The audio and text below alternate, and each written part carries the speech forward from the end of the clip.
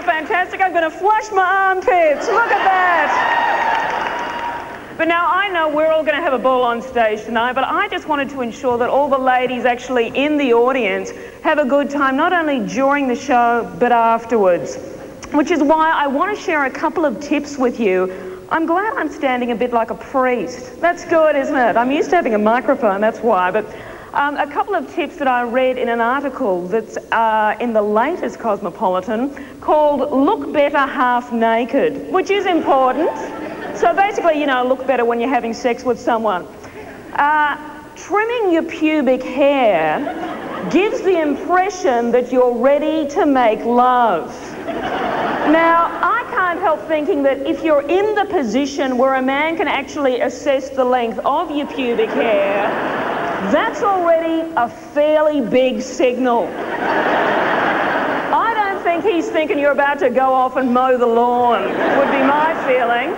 But another one of their suggestions is if you're too embarrassed to walk around naked, that you should create an exit sheet for yourself.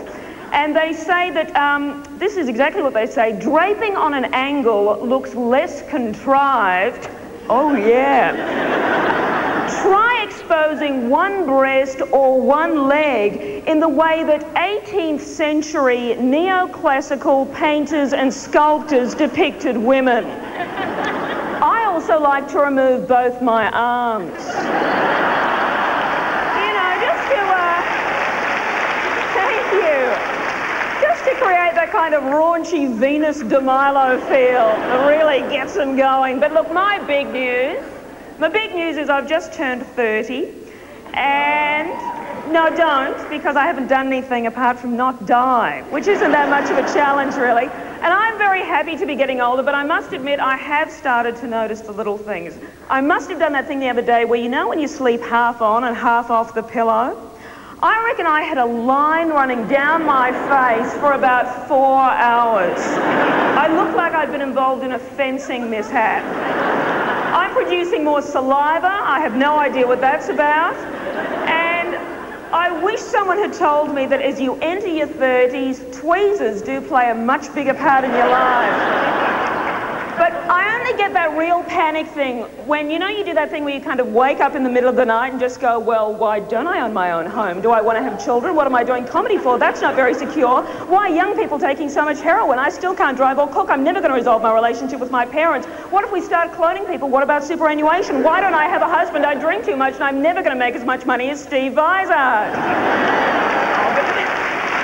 But, you know, then I just pop an antidepressant and I'm fine. But now, at the end of last year, I had to pop off to Perth and spend a bit of time with my family. And I must say it was relatively trauma-free, which was nice, but I did have a very odd childhood memory triggered by my sister-in-law, because she actually asked my brother and I if our family ever went away on holiday. And I remembered that once we had driven to a place called Albany in WA, which, if you've never been there, it's a bit like the south of France. But she said, so did you stay in a hotel or did you stay in a caravan? And that's when it all came flooding back. Because when the Lucy family travelled, we chose to stay in the car. I'm not making that up. Mum and Dad were in the front seats reclined. So, you know, they were obviously pretending they were on a plane. My brother was lucky enough to be able to lie on the back seat. I was lucky enough to be able to lie on the back floor. You know, with that gorgeous hump in the middle. But look, I can really recommend it because it's economical, it's comfy, and it's left me with a tremendous legacy. Because honestly, if ever I feel I just need a bit of time off, I just need to relax, what I'll do is I'll just slap a couple of filthy rubber mats on my carpet with a brick in the middle, lie on top of them, and hey-ho, I'm on holiday. I could be in Fiji. But, oh, thank you. But while we're on holiday destinations, did anyone see that Marie Claire popped Gwyneth Paltrow on a deserted tropical island for 3 days where she had to keep a diary? It's fascinating reading, but they've popped her on the island with just the bare essentials. So she's got, you know, bottled water, a torch, a tarpaulin, and oh, this is the amount of food she's allowed to have for 3 days. 2 carrots, 3 oranges, a lemon, an onion, and 500 grams of rice. Stop, I'm full. That's morning tea, isn't it? My Lord, I know how my diary would read if that's how much food I had for 3 days. Thursday morning, ate all the food. Thursday lunchtime, hungry. Thursday afternoon, starving, could kill editor of Marie Claire. Thursday night, ate some dirt. But let me tell you, she doesn't waste any time on that island, Gwyneth. Oh no, she gets very analytical. At one point, she actually writes, "I'm going deeper and deeper into my own thoughts and mind." I thought, no wonder they gave you a torch.